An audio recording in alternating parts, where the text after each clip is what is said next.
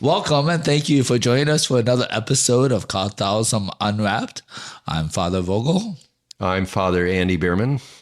In this episode, we were talking about Superstitious practices. Oh, good. So we are your hosts, Father Andy the Greater and Father Andy the Lesser. Buckle up, we've got a lot to cover. This is Catholicism Unwrapped. Before we dive into that, what have you been up to? Well, it's been quite busy. We have the beginning of Lent. Yes. With Ash Wednesday and a busy week last several week masses. Both of us, and then confession season has started, which is good. Yes, very good. Yeah. So, and you were at Rite of Election. The Rite of Election yesterday. Right. Yeah. So we're recording this on Monday, February 23rd. Yeah, I broke open the word for the catechumens, or the elect, I guess they're called elect, now. Okay. Yeah. And you talked about... And Father Pat Arnstead said, did you close it back when you were done breaking it open? I said, yes, I did. Father Pat Arns. So anyway, I was supposed to talk about the spiritual life, life in the Spirit. I mentioned the spiritual battle that we're in. Yeah. And then the fruits of the Holy Spirit, like joy, peace, love. Those are the things that we desire. Yeah. And expanded a little bit on the bishop's theme, what he said. Sometimes we think that we're the ones who have elected God. Like, I've decided to join the Catholic Church. But he says, actually, you have already been elected by God. You've been chosen by God. Yeah. He's the one that has chosen you, and you're responding to it. Yeah. Yeah. The initiation is always on his part. That's right. Yeah. Even our prayer is just a response to how God is calling us. Yeah. To the grace that's already working in our heart. Right. So, let's see. Saturday, I was at the men's retreat in Mankato. So I wasn't there for the whole thing. I heard confessions and then did mass. Bishop Aaron was there, of course, and then Father Jonathan Fastnet was there, and a few others, and so okay. Yeah, Father Tim Welch. Yeah. Okay. Tiny Tim, even though he's like 8'4". Tim Thumb. No, that's Tom Thumb. So, but anyways, great. Yeah. So I thought this would be a good topic because as I was saying, when we talk about discussing this, sometimes I even like fall into this slightly. Right. So I wouldn't say that I am crazy about sports. Like some of our brothers, I feel like brother priests are really crazy about sports, but I would not put them in that. I would not put myself in that category, but I did grow up in Ames, Iowa with the Iowa State Cyclones.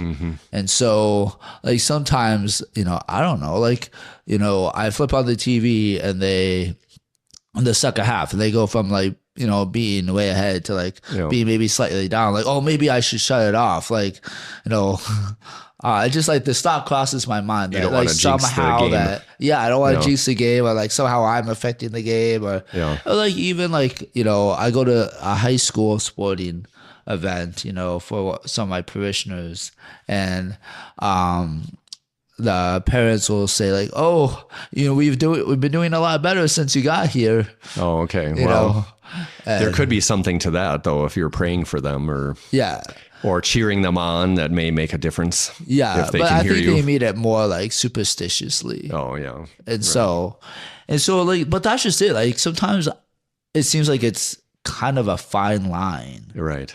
Between like prayer and intercession and superstition. Another example I think that shows the fine line is the house selling kit that you can get at Shopko Why am I laughing at this? I didn't or think the it. I dime didn't think it store or too. whatever.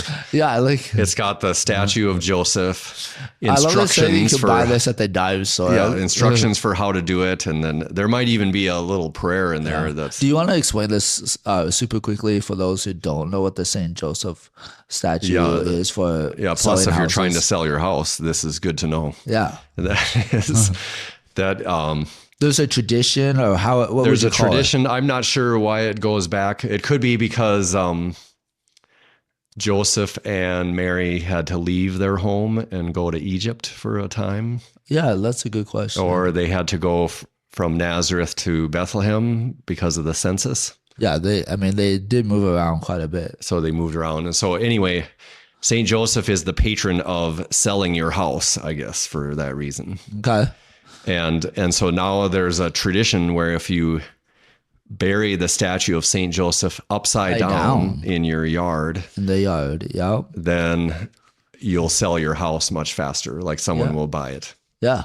And it actually works. So they've got this kit now that you can buy. So like I would say maybe we could hope it started out with some like good Catholic, like really asking for the intercession, praying through the intercession of Saint Joseph, along with doing this, action too, which is very Catholic, that we have both, the prayers and the action. Like we think of the sacraments, right? There's like it's physical, but also spiritual. Right. And so like this too is like spiritual, like we pray to Saint Joseph and ask for his intercession to sell our house.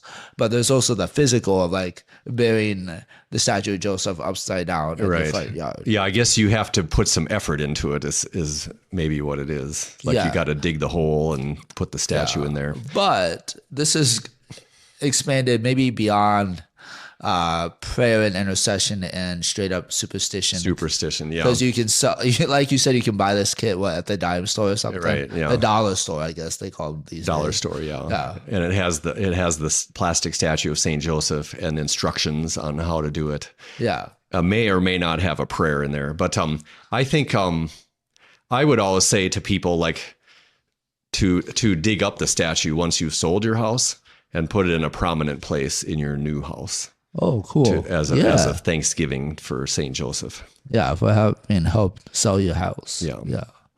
So like in that, what would you like if someone wanted to do it properly?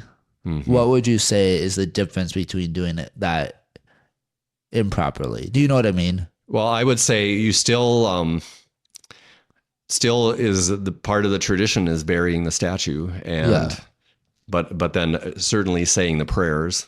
Okay. And then putting the statue of St. Joseph in a prominent place in your new house so that you have devotion to St. Joseph. I would say the big part is like the prayer, right? Like don't just do the actions. Right. But like really pray for the intercession of St. Joseph to sell your house. There's a similar one with the novena to St. Therese and it's a 5-day novena. And this is to like get a significant other or something? No, it's you get a rose at the end if your prayer is going to be answered, or you smell roses. In the case of my mom, she would not get a rose, but she would smell roses. But anyway, it says you have to say the prayers before 11 a.m. each day. Okay, as part of the novena, and I don't know if it's just a way of saying like don't put it off till the end when you're tired, but it requires effort, to set aside what you're doing in the morning and say the prayer and the novena. Okay. It's not meant to be like a superstitious practice, like oh, I missed the 11 a.m. deadline, I have to start over. Okay. Although I guess people could fall into that. Yeah. Yeah. In that sense, it maybe starts to sound more like scrupulosity, if that were the case. Yeah, that you're more worried about it depending on you than on the grace of God. Right. Yeah.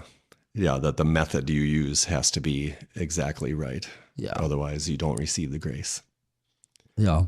Right. In which it's like a transactional relationship with God in that sense. Like if you do all these things the way God that's spelled has out, to do, then God will answer your prayer. If you miss something, then he won't. Yeah. Yeah. Which is not a proper view. No. Yeah, it's a difference between, well, I mean, getting back to like Scott Hahn's language, right? It's the difference between a covenant and a contract, right? Right. A contract is like, I do this and I do this for you and you do this for me. Mm-hmm. Right. That's what happens when we go to Target. You know, I'll give you, some money, and then you'll let me walk out of the store with these items without getting arrested. Right. Yeah, I've heard like a contract is an exchange of things. Yep. And Like a covenant you're paying an money. Exchange of persons. Exchange of persons, yeah. And God is inviting us into a covenant relationship. Not, in other words, we're not just trying to get things out of God. Yes. And then be satisfied with that. He's inviting us to a personal relationship, which is much more important than any things that we can own or have. Yeah, including selling your house. Even selling your house. Yeah. Maybe we should read the definition of superstition from the Catechism, and then let's do we that. can go from that. Yeah. So it says superstition is the deviation of religious feeling and of the practices this feeling imposes. And so, in other words, there is a religious feeling, but it's being deviated from the relationship with God. Okay. It can even affect the worship we offer the true God. For example, when one attributes an importance in some way magical to certain practices, otherwise lawful or necessary. To attribute the efficacy of prayers or of sacramental signs to their mere external performance, apart from the interior dispositions that they demand, is to fall into superstition. Wow, that last one hits pretty hard. So that can even be with sacraments. Mm-hmm. That it can be superstitious. Yeah. Like I have to go to Mass, for example, and I'm just doing it out of mere obligation. I'm present there. Yeah. Because I'm supposed to be, but I'm not really entering in interiorly with the prayers and my relationship with God. It's falling into superstition in a certain sense. Yeah. It's interesting that you would say that. I think about this up before, but I got a friend whose dad would just go to Mass and like sit in the back, sit there with his arms folded, like, I'm here. That's right. Right. I'm not doing much else. Right. I'm not even sure if he would go up for communion. Right. But it's like, his wife was obviously very intent on raising the children Catholic. And so he didn't necessarily disobey her, but was he really there with the right intent? Right. Yeah. I wonder if you could apply that to... it's better than not going at all, but... Right, yeah. But the lack of the interior disposition, which Jesus mentioned, their lips are speaking about me, but their hearts are far from me. Yeah. Talking about the Pharisees, I guess. Yeah. They're doing everything they're supposed to according to the law. Yeah. But in their hearts, there's resentment or hatred even, or anger or those kinds of things. Yeah. But I would argue though, if you've made, I don't know, a promise, that to God that you would pray the rosary every day, I would say it's better to pray the rosary, even if you're halfway asleep and not fully engaged. Right. It's better to have said it than not to have said it. Right. But ideally that we would be fully engaged and praying the rosary in relationship with God. Yeah, I could see the rosary could be superstitious if people who have never heard of Christ or don't know a lot about the faith, and someone says, well, if you pray the rosary, you'll get an answer to your prayers. And so they're like, okay, I've got the prayer card. I'm going to read the words on the card. Yeah. As almost like it's a magical thing. Yeah. Maybe you could even say when you're half asleep that I suppose that's, kind of like a married couple who's trying to have a conversation, when one of the spouse is half asleep. Maybe you could argue it's better than no conversation at all. But there's still some relationship there. Right. Whereas what you're describing, like if I pray a rosary every day, then I will get whatever I ask for. Like again, there's even when you're halfway tired, there's still that covenant in exchange of persons. Whereas what you're describing is like I pray this rosary, and then in exchange, like some God does something for me. Like and it's an exchange of goods. Mm-hmm. But I guess I would say even with that, if there's very little faith in that, God can still use that to so it could be a beginning of a relationship. Beginning of faith. Like same thing could be said like with the miraculous medal. Like if you wear this miraculous medal, you will experience miracles. Yeah. I mean, maybe this is a little off topic, but Pope John Paul II in his book, Love and Responsibility, says physical attraction is not love itself, but it could lead to love. Right. It could lead to a relationship. Right. Because I would say the will is still involved. Like the fact that you're choosing to do this indicates some openness to the faith or to God in your life. Yeah. But there is still a hint of superstition in it. I would say, Yeah. Right. And people have brought that argument about the scapular as well, because the promise that goes with it is whoever dies wearing the scapular will not suffer the fires of hell. Yeah. And, even the Carmelite order would say that it's not a superstitious practice. Like I'll wear the scapular and that means I won't go to hell, but I'll commit all kinds of sins and think, or not even go to mass or whatever and think, I got the scapular on, I'm going to be good. Yeah. I mean, I would actually do wear one now, but for a while I didn't. And kind of for that reason, I just felt like if people treat, at least the people I know around me were kind of treating it as a superstitious kind of thing. Mm-hmm. And I just didn't feel completely comfortable wearing it, because I do think some people do look at the scapular that way. I mean, in some ways, it's a Catholic version of assurance of salvation. Right. I would say, on the other hand, though, that Mary did make the promise, and so the fact that people are choosing to wear it, they're creating an opening in their own heart for the grace of God to enter in. Yes. And grace can come just through sacramentals. Yes. Through blessed objects. Yeah. That was an argument in the church, or I guess in the seminary at that time. Do blessed objects actually become holy in their very nature, or the aspect of this thing? Yeah. Or does it just affect the people who use it? But I would say that it does have an aspect of holiness because it's been set aside through the blessing. Yeah. And so just even wearing it, for example, can bring grace into your life, even if you don't have a lot of faith at that time. That makes sense to me. Like I think of like the prayer that's given to us to bless rosaries, and you say you bless the rosary and those who will pray with it. Right. So there seems to be a blessing for both the object and the people who use it. Right. Yeah. So what about some other things though that are clearly superstitious that have no relationship to God? Well, I started this thing with sports. Yeah.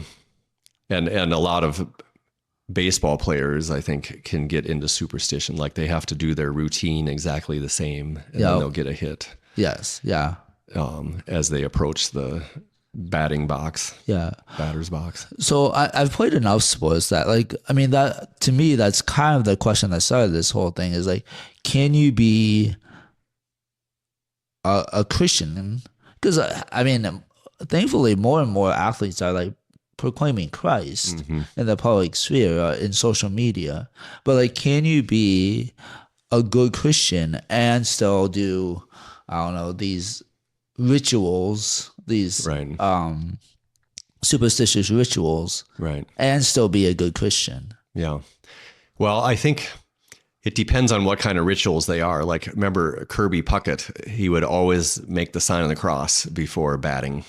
Yeah.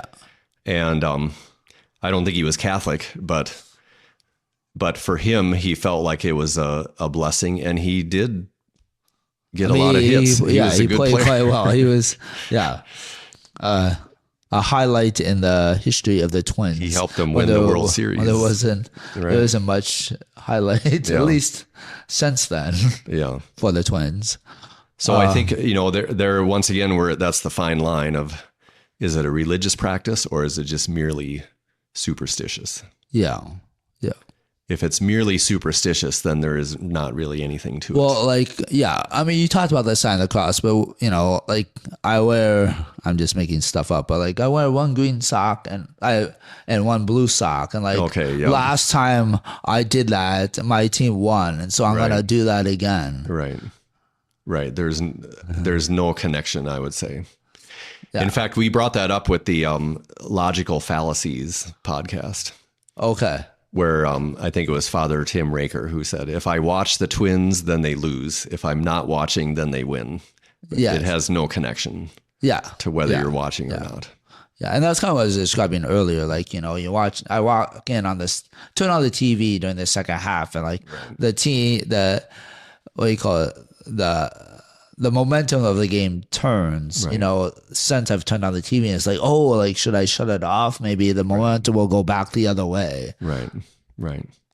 So yeah, I had a person that talked to me about, before important things, she would always see a black cat crossing her path. And Yeah. that's an old superstition of it's bad luck if a black cat crosses your path, but it has nothing to do with Just to be happens in our clear, day. this is why this was brought up, because I know that superstition is wrong, and I know that in this case, watching the second half has no bearing on Right. whether my team wins or not. Right. But these are the thoughts, because I'm a fallen human being, because I live in our fallen society that's very sports oriented, that these are the types of thoughts that cross my mind when the momentum does change, and I have turned on the TV, and it's just but it's a stupid thought. Yeah. But I don't know, for some reason in my fallen nature, these things still cross my mind. Yeah, sometimes people ask, should we pray for our team to win? And I guess the question in my mind is, what if the other side is praying for their team to win? Yeah. So I would say maybe it's better just to pray that you play to the best of your ability. Yeah, I always say, if you're an outsider, we pray that the players play to the best of their ability. Right. And with good sportsmanship and all that. Yeah. So we're not going to tell God who should win, but we can ask God to keep the players, healthy and doing their best, and that no one gets injured. Yeah. I mean, we can't ask God for a win, but he may not give it. Yeah. Yeah. So we've been praying for the Vikings for many years. Yes. Don't get me started on that. So what else does the Catechism say? That's it. It's just that one paragraph. Okay. But it's under the first commandment. So in some ways it's interesting. having a false God in place of the Lord. Interesting. It's attributing power to something that is other than God. And so that my actions or my socks or whatever. or an event that happened, and in that case it falls into divination and magic, all those things that are also mentioned in the Catechism of consulting horoscopes. That's claiming the movement of the stars and the planets is somehow affecting my life based on when I was born. Yep. Okay. And there isn't really no. That's giving importance to things other than God. Yeah. Right. And then astrology, same kind of thing. Palm reading. Yeah. Interpretation of omens and lots. The phenomenon of clairvoyance. Recourse to mediums. And I would add psychics. Yes. Yeah. All these things are It says it conceals a desire for power over time, history, and in the last analysis, other human beings, as well as a wish to conciliate hidden powers. They contradict the honor, respect, and loving fear that we owe to God alone. Yeah. So maybe even like consulting like demons or whatever over like receiving whatever God gives us. Right. Yeah. Our relationship is with God, who is the one who really is in control of what happens in the world. Yeah. I mean, nothing happens without God's permission. Yep. Yeah. And so if we want certain things, it's better just to go to God in prayer rather than these other things. Yeah. I'm thinking of, was it Solomon that had all the, or was it Saul that had, no, I think it was Saul that had all the, whatever's, killed or whatever. And then when he was in the depths of his, mind or whatever, he like disguised himself and went to see a medium or whatever. Yeah. He went to the Witch of Endor. Yeah. Which is also the planet on Star Wars. Interesting. Yeah.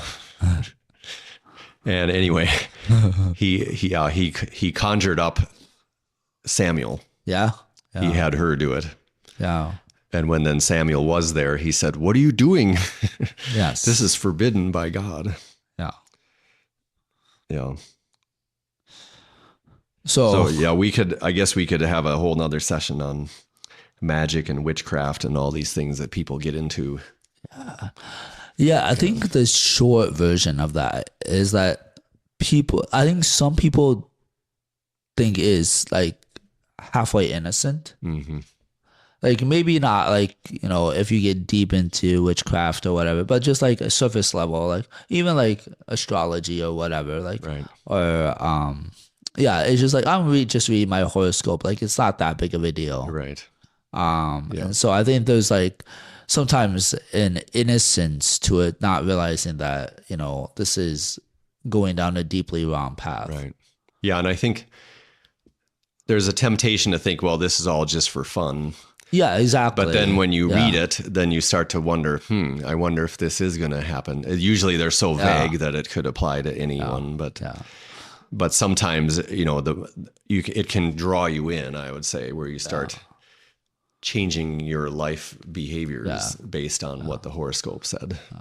So in your opinion, can you read a fortune cookie? Fortune cookies are just all for fun. Okay. I mean, I read them and forget them. It's not like I base my life on them. Okay. Well, you can open them and read them. That's okay. Yeah, because you can learn a Chinese word too. Oh, okay. On the back On side some of them. Yeah. So, okay. Well, I think that probably covers it unless you had other. No. Yeah, I just, like I said, my crazy thoughts I come across as I feel like in my own life every once in a while. And I know that it's wrong, but I know a lot of people don't feel that it's wrong. I know that it's wrong. Right. And so we want to realize superstition for what it is, even in the small things, and realize that God is in control and not us or our actions. Right. And God is all powerful. Yeah. So we don't need anything more. Yeah. Or aside from God, like God couldn't do this, so now I'm turning to horoscopes or magic or something to make it happen. Yeah. Or like in the case of Saul, like he should have just received that God didn't want to let him know what the outcome of the battle was going to be. Right. And just receive it as that. But no, he like saw other ways to try and figure out what the outcome was going to be. Yeah. So. Okay. Well, thank you for joining us for another episode of Catholicism Unwrapped. Yep. And all things ad maiorem Dei gloriam. God bless.